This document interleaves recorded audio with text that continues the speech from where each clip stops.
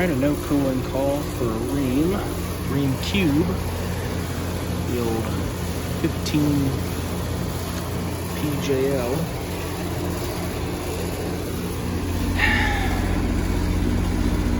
Liquid line's kind of cool.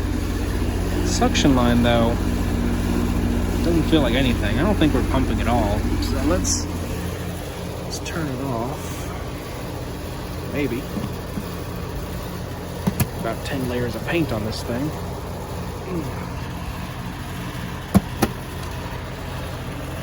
Oh my. Let's see, trace our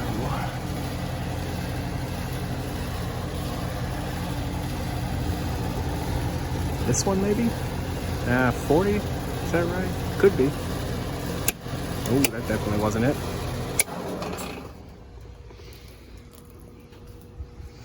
Okay. I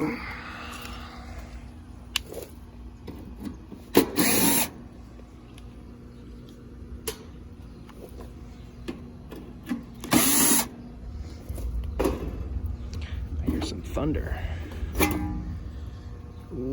Okay, let's see.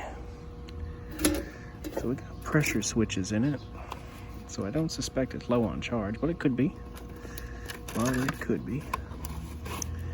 And we've got a 45.5 dual run capacitor.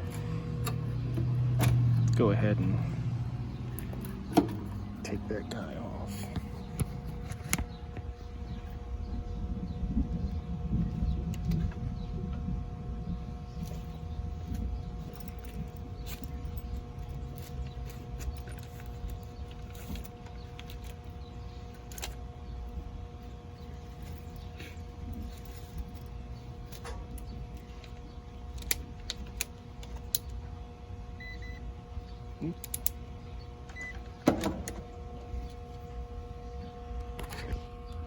Put it up to where we can see it, and we're gonna go between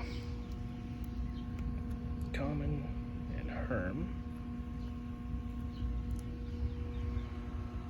We got 44 out of 45, so that's not bad.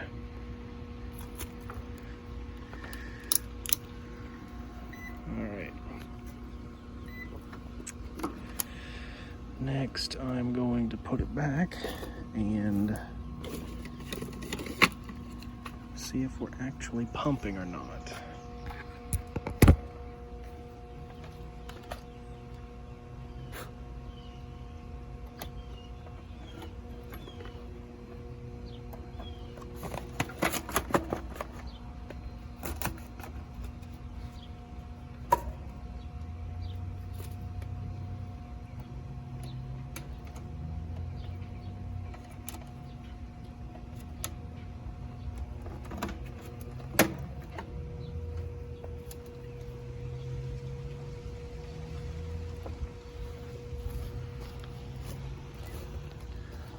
Turn it back on.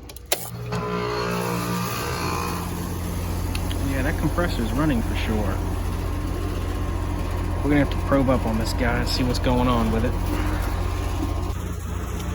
All right, we're all probed up. Let's see what we're looking at. Oh yeah. Now, if it was R22, it wouldn't be that bad, but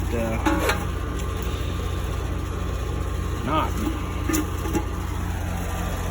Which means we got a leak, and it's obviously not low enough to trip that low pressure switch,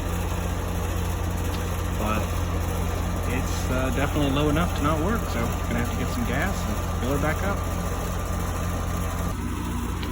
The one thing I kind of like to do is to go ahead and weigh the tank at the truck. It's kind of like one less step you really have to do. Don't have to carry it with you. Not too bad. I'm not 100 miles away from the truck or anything, but it sure beats carrying that big heavy thing over here also. Anyway, let's start gassing it back up.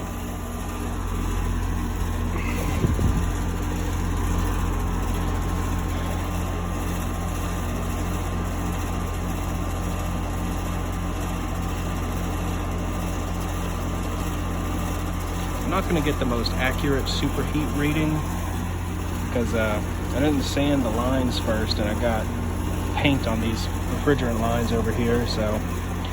But I'm just gonna get it close enough. This is a pretty old system. I think we've got a 2010. It's about 13 years old, really. I'm just gonna hit it with some serious gas here. All right, well, that's where I'm gonna leave it for right now. I'm gonna go and do a quick leak search, and then probably put some dye in it. Yes, I'm one of those technicians that puts dye in their system. I'm not afraid of it. I live by that stuff. It's only messy if you make it messy. Stay tuned.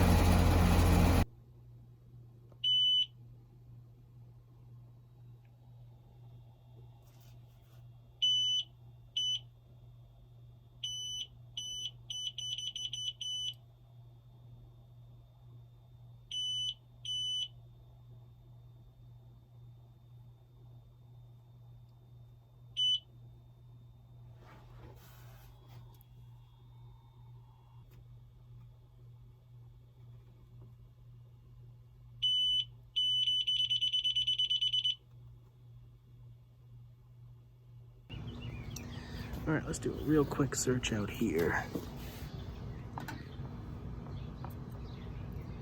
Top of that muffler is nice and toasty. Let's check the bottom.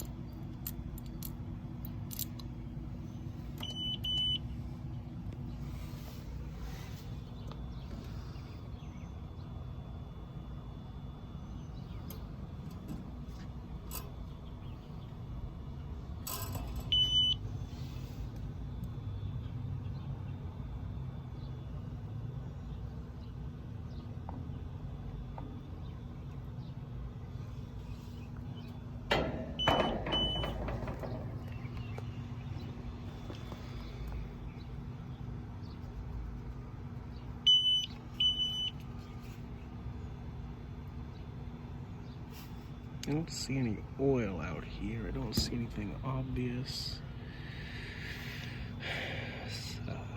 Accumulator seems to be fine. The muffler is in bad shape, but it also seems to be okay. Coil, nothing obvious. I think I'm just gonna let this one go. She says it's been 3 years since the last time she put gas in it, so it's probably just that evaporator coil slowly leaking. Let's button this guy back up.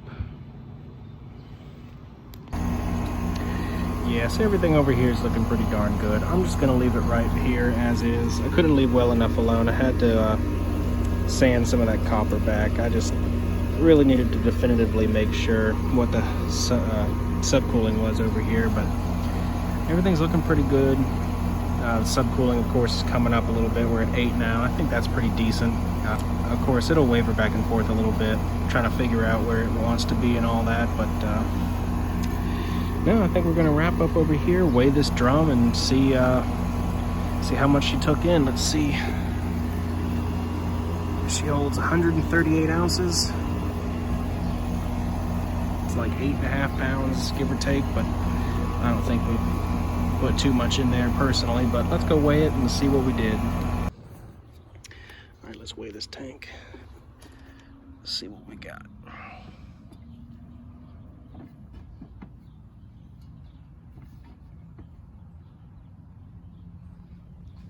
$13.6 from 1714.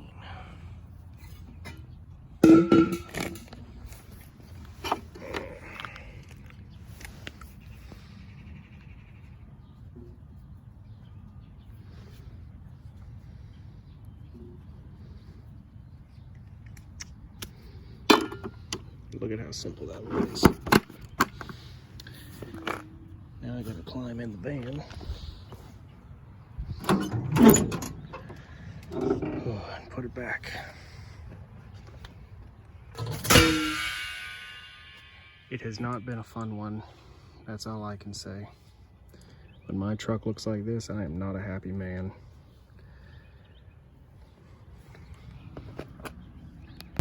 Well, that one looked pretty easy.